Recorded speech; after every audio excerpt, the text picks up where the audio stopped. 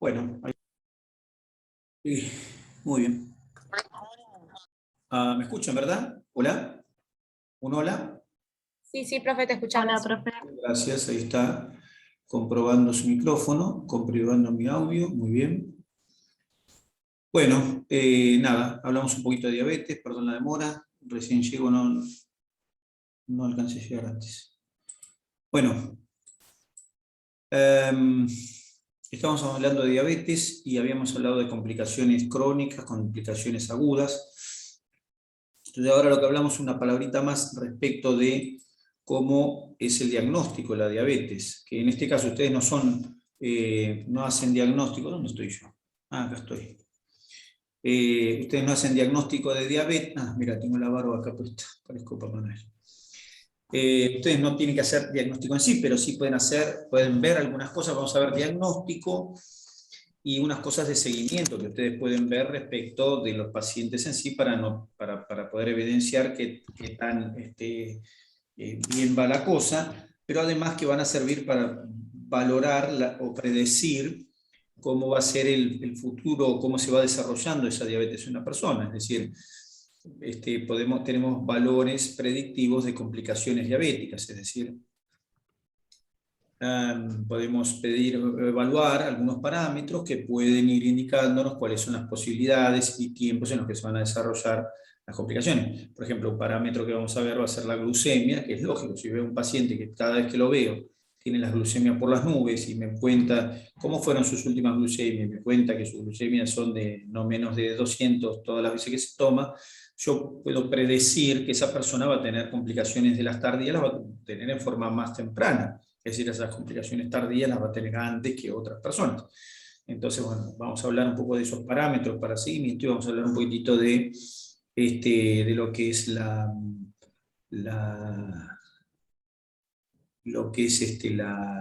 el diagnóstico, cómo se diagnostica la diabetes. Respecto al diagnóstico de diabetes, la diabetes se sigue diagnosticando por ahora, a pesar de que hay cosas que van modificándose, la diabetes sigue diagnosticándose por los niveles de glucemia. Es decir, no se diagnostica específicamente por la insulina que hay en los niveles de insulina que hay en el paciente, a pesar de que decimos que la enfermedad es una enfermedad relacionada exclusivamente con el manejo de la insulina, es decir, la ausencia de la misma, la disminución de la misma o la disminución de la actividad de la insulina. Si bien la enfermedad trata de eso, del problema de la insulina, nos seguimos manejando con la consecuencia de esa alteración respecto de la insulina. Y la consecuencia que hay en relación a la falta de insulina o falta de la acción de la insulina, la consecuencia básica sigue siendo la hiperglucemia o las modificaciones de la glucemia, y es en esos parámetros, y es ese parámetro, perdón, el que seguimos utilizando como método de diagnóstico. Es decir, seguimos utilizando como método de diagnóstico la glucemia. Entonces, en virtud de esto, se puede diagnosticar la diabetes con valores de glucemia. Glucemias que se miden, valores de glucemia que se miden en ayunas principalmente, aunque ahora vamos a ver que hay valores de insulina que pueden no ser necesariamente en ayuno, pero los valores de glucemia que se miden en ayuno son los que determinan si un paciente es diabético o no. O sea que yo con esos valores puedo determinar si el paciente, con los valores de glucemia, puedo evaluarlo y determinar si el paciente es diabético o no.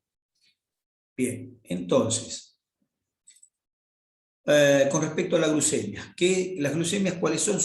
¿Cómo es una glucemia? ¿Qué es la glucemia? La glucemia es es la proporción, representa la proporción de glucosa que hay en la sangre respecto del plasma total. Entonces tengo que la glucemia se mide en forma de concentración. ¿De acuerdo? Mido la concentración de la glucosa en la sangre para determinar si un paciente es diabético. La concentración se hace en ayuno, se toma sangre venosa periférica, no central, es decir, de una vena de un brazo, después se podría tomar de un miembro inferior, ¿no es cierto? Generalmente se toma del miembro superior. Y el paciente tiene que tener un ayuno de aproximadamente 8 horas. El ayuno no debe ser muy superior a 8 horas, podríamos tener 12 horas de ayuno, no debe ser muy superior a 8 horas, y tratar de que no sea inferior a este lapso.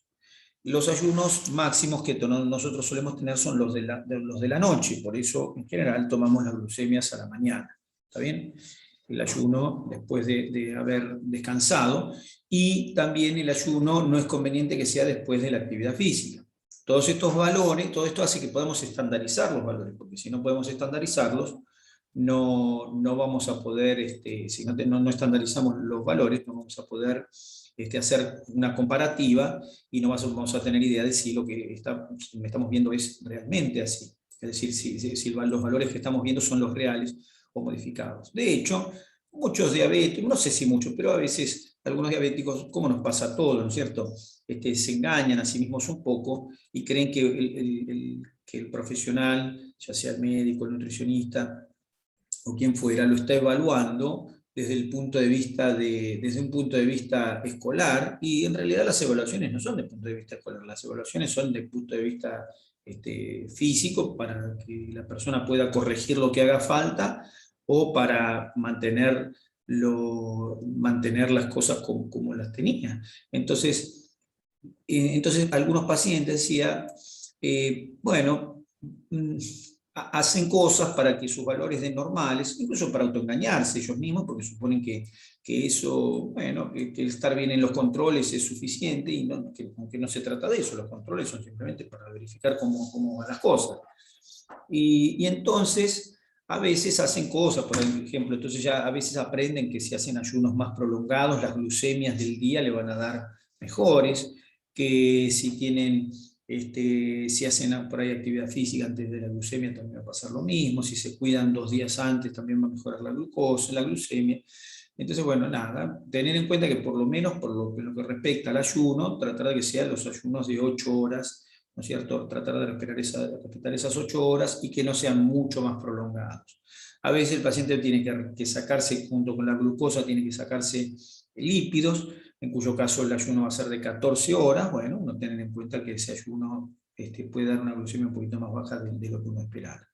Bueno, entonces la glucosa la sacamos de sangre venosa con un ayuno de 8 horas aproximadamente. Bien, una vez que tenemos la glucosa, entonces vamos a obtener valores. Las glucemias, vamos a obtener una glucemia, la cual le vamos a llamar glucemia basal. ¿Está bien? La glucemia basal. Esa glucemia basal, que es la que obtenemos, tiene un valor máximo, que nosotros decimos de 110, habíamos dicho el otro día. Algunos lugares ya están diciendo, ya están diciendo hace unos años, no sé, desde hoy, van diciendo que los valores mejores son de 100, por ejemplo, la Asociación de Diabetes Americana, la de 100 miligramos por decilitro, pero bueno, la cuestión es que tenemos ese valor, digamos, para considerar máximo, y cuando el paciente tiene hasta esos valores de 110, nosotros consideramos esa glucemia basal como normal, ¿está bien? Una glucemia normal. Bueno, si la glucemia da ese valor, no decimos nada. Pero la glucemia, lógicamente, puede dar otros valores. La glucemia puede dar entre 110 y 125, incluido el 125, o la glucemia puede dar por arriba de 126, es decir, 126 para arriba. Es decir, que tomamos como puntos de corte. ¿Dijo algo Natalie, o fue simplemente que estaba saliendo del agua? Parecía como si... No, simplemente estaba saliendo del agua. Bueno, fenómeno. Entonces, de 110 a 125, consideramos un segundo punto de corte, que ahora les cuento qué pasa, y de 126 para arriba consideramos otro punto. Entonces tengo, por debajo de 110, glucemia basal normal. Por encima de 125, o sea, 126 para arriba, considero que el paciente es diabético, pero como quien dice, hago una confirmación. Es decir, si el paciente tiene 126, entonces hago una segunda determinación. ¿Está bien? O sea que la segunda determinación, perdón, si tiene 126 para arriba, hago una segunda determinación siempre y cuando el valor sea menor de 200. Entonces tengo glucemia basal hasta 110. Diabetes a partir de 126, pero siempre con una segunda toma, una segunda glucemia. ¿Está bien? Un segundo estudio, que lo voy a repetir al estudio en un tiempo más o menos prudencial. Podría ser 2 semanas, podrían ser 4 semanas, si el valor es por arriba de 125, o sea, 126 para arriba, excepto que el valor supere los 200. O sea que 126 a 200, hago una repetición del estudio, si da de nuevo en esos valores, considero que el paciente es diabético. Entonces tengo diagnóstico de diabetes inicial, 2 glucemias basales mayores a 126, 2 glucemias basales mayores a 126. Ese sería el diagnóstico, o una glucemia en cualquier momento, de cualquier índole, sea en ayuno o no en ayuno, superior a 200 miligramos por ciento. ¿Está bien? 200 miligramos por cada 100 mililitros de glucosa. Si encuentro ese valor por arriba de 200, cualquiera sea el momento, sea que fuera al azar, sea que fuera en ayuno o como fuera, por arriba de 200, ya directamente el diagnóstico eso es diagnóstico de diabetes. O sea que diagnostico diabetes con la glucemia. Si tiene más de 200, ya es diabético. Si tiene más de 126 y hasta 200, repito, pero si sigue repitiendo, aunque le haya salido más de 200, no importa que le salió. Si el primero le salió 128 y el segundo le salió 210, diabetes igual. ¿Está bien? O sea que tengo diagnóstico de diabetes directo con glucemia más de 200 o con 126, más de 125, o sea, de 126 para arriba, repetido en 2 oportunidades. Luego, por debajo de 110, considero una glucemia basal normal. Y entre 110 y 125, incluido, hago una curva o una prueba de tolerancia oral. ¿Está bien? Puedo hacer la curva o puedo hacer la prueba.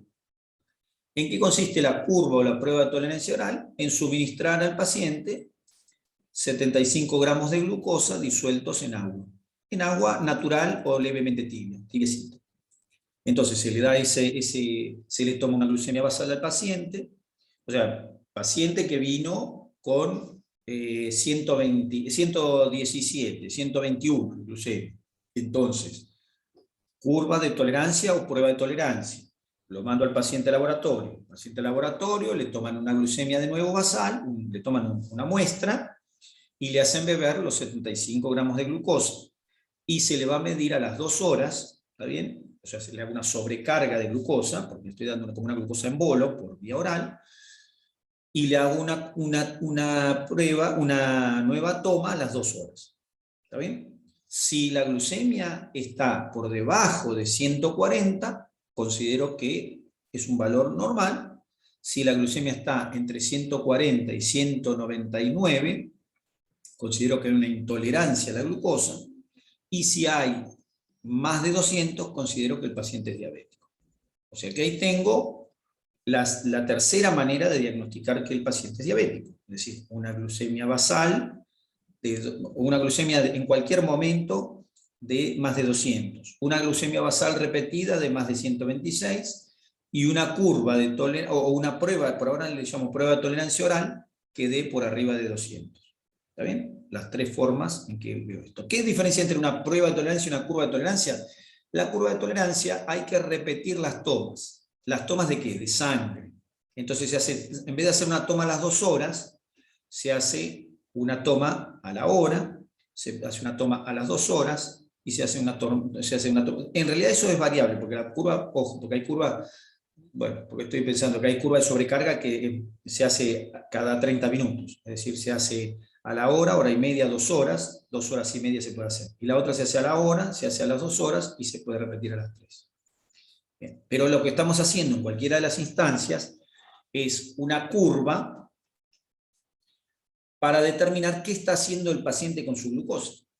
¿Se entiende? Si la curva sube y baja, entonces nada, no pasa nada. Si la curva sube y se mantiene, es otra historia. Si la curva sube y no baja bien, también es otra historia. O sea que es lo que estamos evaluando. ¿Qué estamos evaluando? Estamos evaluando en forma de curva qué hace el paciente con la glucosa. Habitualmente lo que se hace es una prueba de tolerancia. La prueba de tolerancia generalmente se toma a las 2 horas, la segunda glucemia, la basal y la segunda glucemia, y se hace entonces, se toma la determinación. Si la glucosa está en esa segunda hora, en la segunda toma, la segunda hora, por debajo de 140, digo que no hago nada, está bien. En todo caso, lo tengo en cuenta que tuvo el paciente una glucemia de entre 110 y 125, lo tengo en cuenta. Si el paciente tiene entre 140 y 200, digo que el paciente es intolerante a la glucosa, que tiene un mal manejo de la glucosa, está manejándola en forma inadecuada.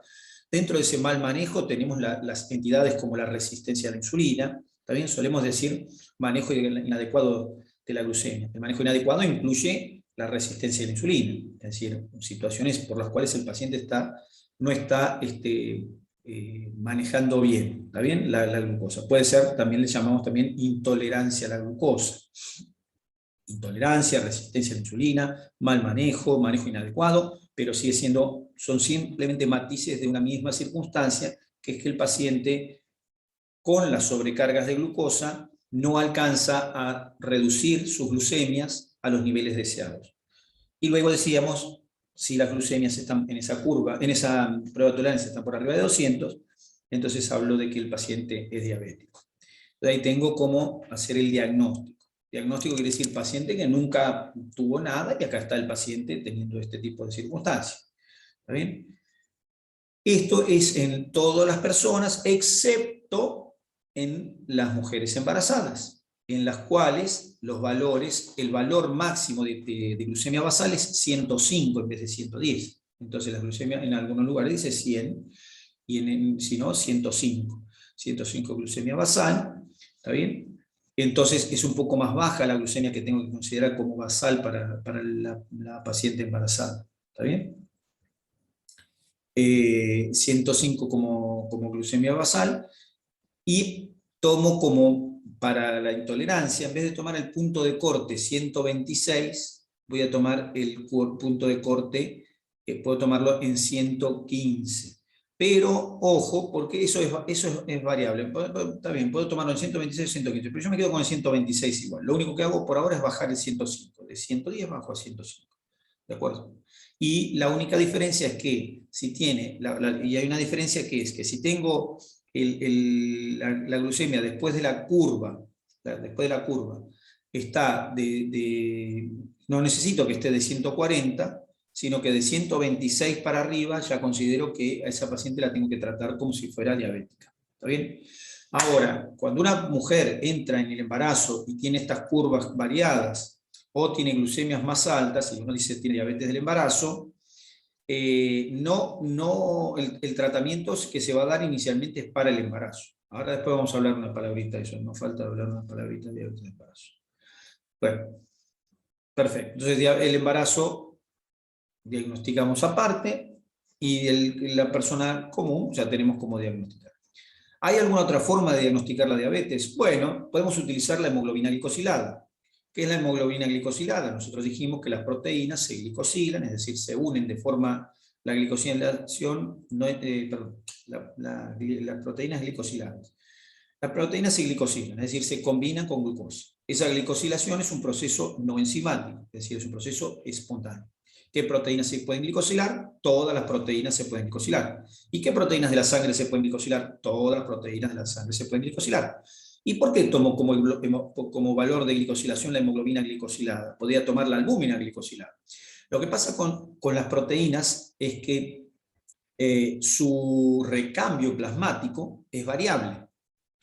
En cambio, en general es variable. Yo podría tomar una inmunoglobulina glicosilada también. O podría tomar como, no sé, un complemento, un factor del complemento, un factor de coagulación. Pero lo que sucede con la hemoglobina es que la hemoglobina suele estar en el plasma durante aproximadamente 120 días, que es lo que está un glóbulo rojo en el plasma. Entonces, uno tiene una noción de lo que ha pasado en los últimos 120 días. Si yo tengo proteínas que se recambian semanalmente, o tengo proteínas que tienen un recambio variable, entonces, nada, no me sirve como parámetro. En cambio, esto sí me sirve como parámetro porque al tomar la proporción de hemoglobina que se glicosiló durante los últimos 120 días, ¿cierto? O sea, 4 meses, yo puedo evaluar qué glucemias hubo en los últimos 4 meses. Es decir, es un parámetro indirecto de determinación de, no de las glucemias específicas, pero sí de los valores promedio de glucemia que hubo en los últimos 4 meses. A raíz de esto, entonces, cuando las hemoglobinas glicosiladas están por debajo de 5.7 miligramos por ciento, decimos que el paciente tiene una hemoglobina glicosilada normal.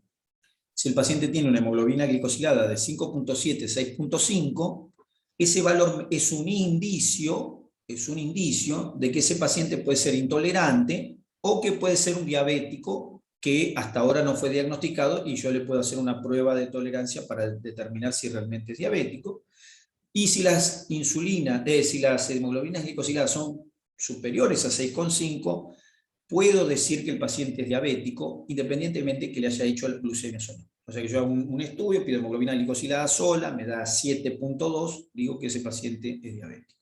O sea que tengo las variantes por las cuales puedo tener orientación sobre las glucemias de los últimos 4 meses y puedo también tomar como punto de parámetro como para hacer una diagnosis, un diagnóstico de diabetes. O sea que ahí tengo cómo diagnostico la diabetes. O sea que la diabetes la diagnostico principalmente con la glucosa, con la glucemia. O sea, no necesito... Profe, ¿cuál dijiste que era la hemoglobina normal?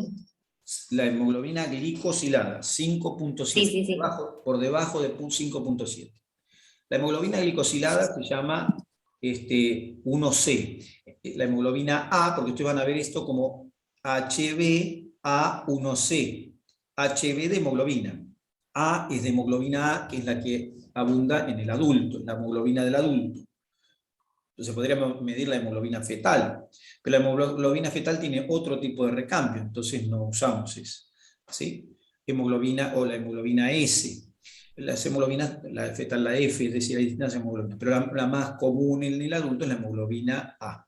Y entonces por eso es HbA. Y 1C hace referencia a la hemoglobina glicosilada. Entonces, bueno, ahí tenemos cómo diagnosticamos con la glucemia, podemos diagnosticar la diabetes. ¿Está bien?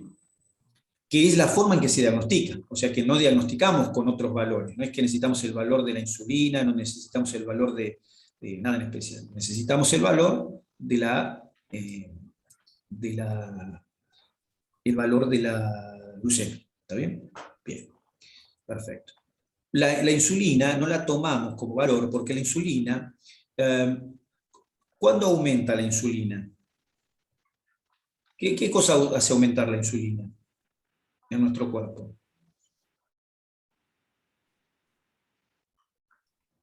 La ingesta. Las glucemias, ¿está bien?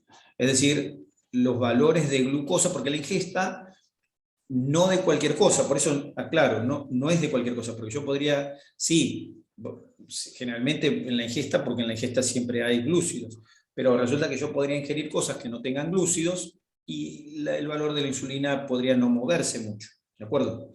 Pero el tema con la insulina es que hay distintas cosas que pueden subir la insulina. Por ejemplo, pueden aumentar la insulina, dentro de las proteínas algunos aminoácidos pueden subir la insulina. Es decir, no sé, la lisina suele aumentar la insulina, la arginina, es decir, que podría aumentar la insulina. Por eso digo, los valores de la insulina son variables. Yo estoy comiendo mucha arginina en un momento determinado, mucha lisina, podría llegar a tener valores de insulina más altos, pero eso no me está diciendo que tenga diabetes ni nada, ¿está bien?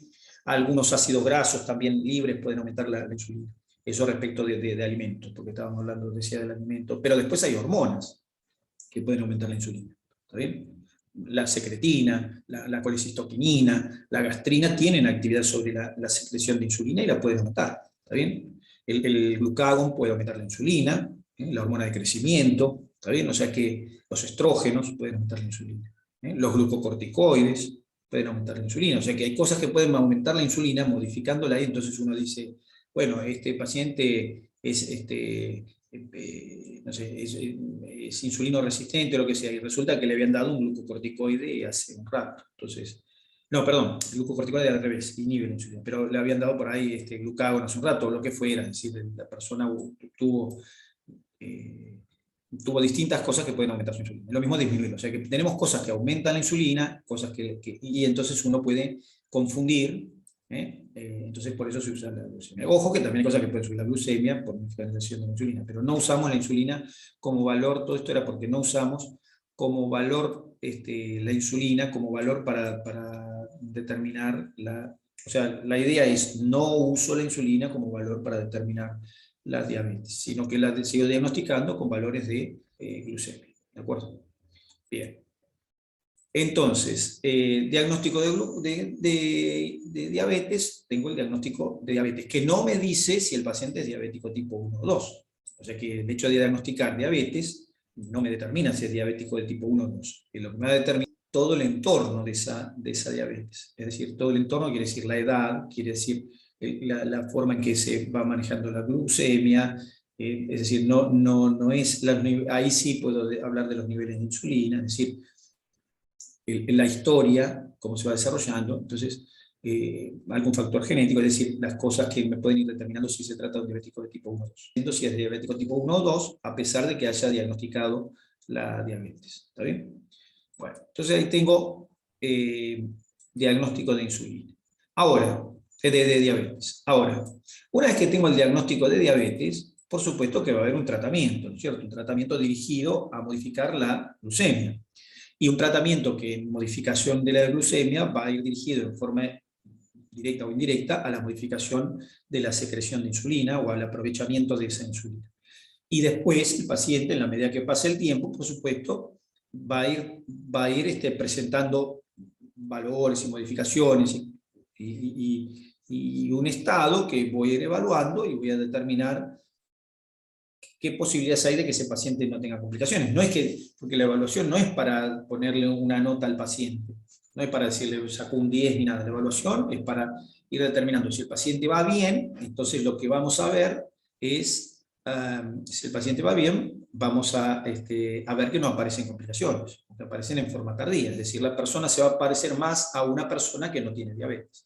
La idea se trata de eso, es que el diabético se parezca lo más posible a uno que no es diabético. ¿De acuerdo? Bueno, para eso en la diabetes es primordial el tratamiento nutricional. Es primordial, primordial. Es decir, uno puede tratar al paciente diabético muchas veces en un porcentaje muy alto, es decir, el tratamiento va a tener una incidencia muy alta en el porcentaje, en el tratamiento, la nutrición del paciente. O sea, si el paciente se nutre de la forma adecuada, por supuesto que un diabético tipo 1, por más que se nutra de la forma adecuada, la insulina se la va a tener que dar, porque no tiene insulina.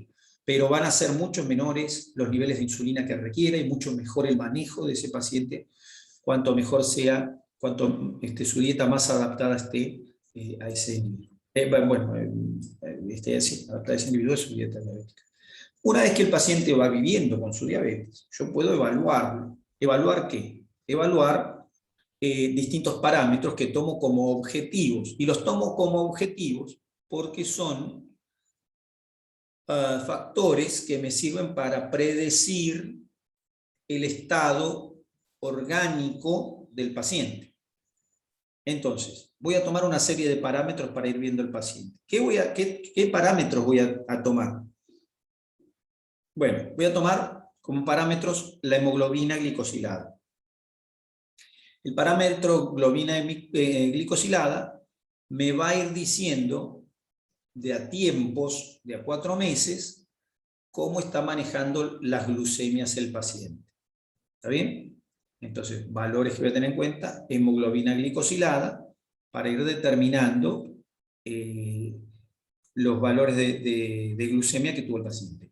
En este sentido, yo ya no pretendo que el paciente tenga una hemoglobina A1C normal. No quiero que la tenga en 5.7. Si la tienen en 5.7 o menos, mejor, mejor. Pero no espero eso. En el paciente diabético espero que la tenga por debajo de 7. Los europeos dicen por debajo de 6.5.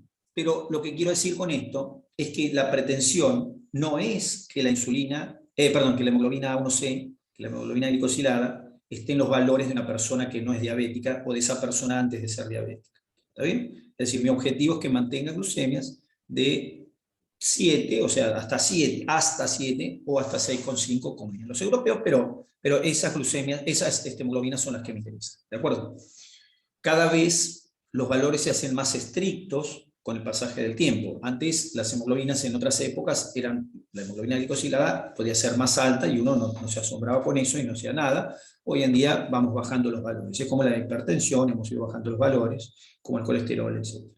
Bueno, entonces hemoglobina glicosilada por debajo de 7, algunos dicen 6,5, con 7 para mí es un buen criterio. Por debajo de 7 mantenerla es un buen criterio. Las glucemias en ayuno es un segundo parámetro. Es un parámetro, por supuesto. La hemoglobina es un parámetro para determinar si mantiene las glucemias. Y las glucemias son un parámetro para determinar la cantidad de glicosilación que pudo haber o que va teniendo el paciente para predecir cuándo van a aparecer las complicaciones.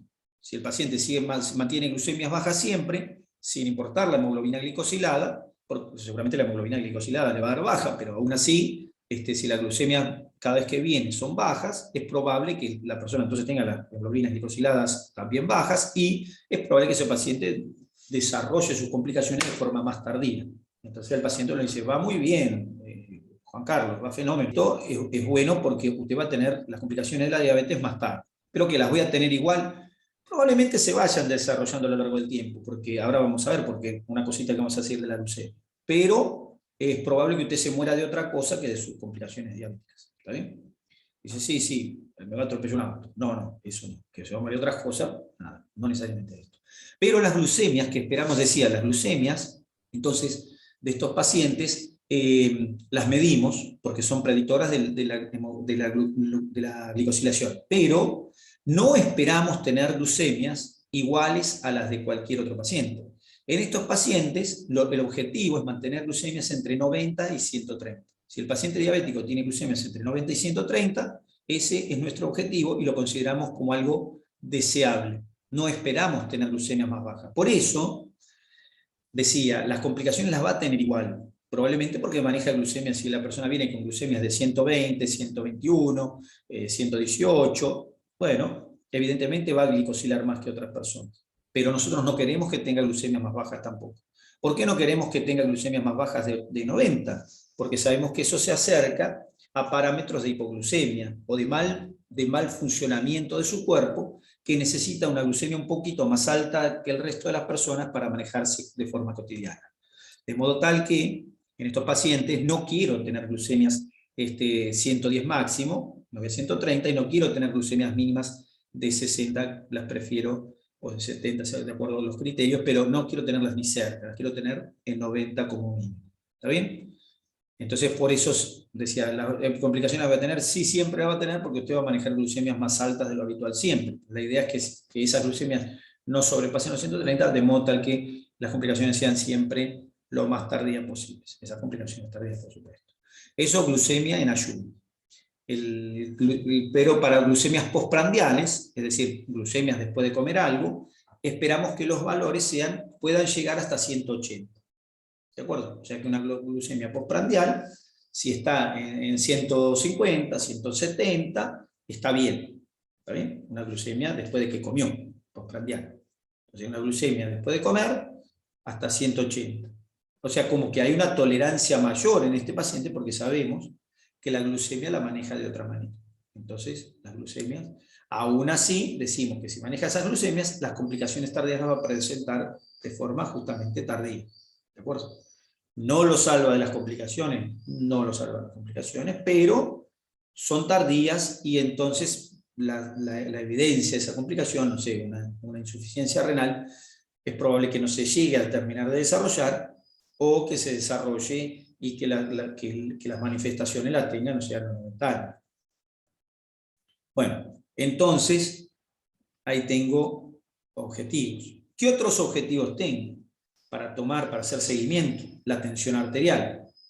La tensión arterial nos está demostrando cómo está es una de las cosas que nos muestra el estado de los vasos sanguíneos y del corazón. Por un lado, la tensión arterial la tengo que mantener baja para resguardarlo al paciente. ¿Por qué? Porque este paciente tiene tendencia a ser hipertenso. Entonces yo tengo que ir controlándolo porque en algún momento va a desarrollar su hipertensión arterial.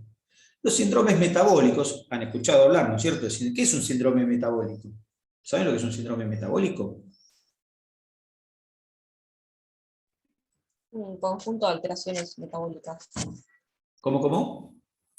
Un conjunto de alteraciones metabólicas. Claro, bueno, es un conjunto de signos y síntomas como cualquier síndrome, pero ¿en qué consistiría un síndrome metabólico? Porque uno podría decir un síndrome metabólico, hay una alteración en la formación de catecolaminas. Uno dice, bueno, es un proceso metabólico, la formación de catecolaminas. Entonces, fulano fabrica más catecolaminas de lo que debe. ¿Eso es un síndrome metabólico? No, no es un síndrome metabólico. Un síndrome metabólico que incluye el síndrome X, la resistencia a la insulina e inclusive a la diabetes. Es un manejo metabólico inadecuado, ¿pero de qué? Un manejo inadecuado de lípidos, que viene asociado con un manejo inadecuado de glucemia y con un manejo inadecuado de la tensión arterial. ¿Está bien? O sea, dislipidemias con hipertensión arterial, con hiperglucemias. O sea que pueden venir con hiperinsulinemia o no, pero es decir, estamos hablando de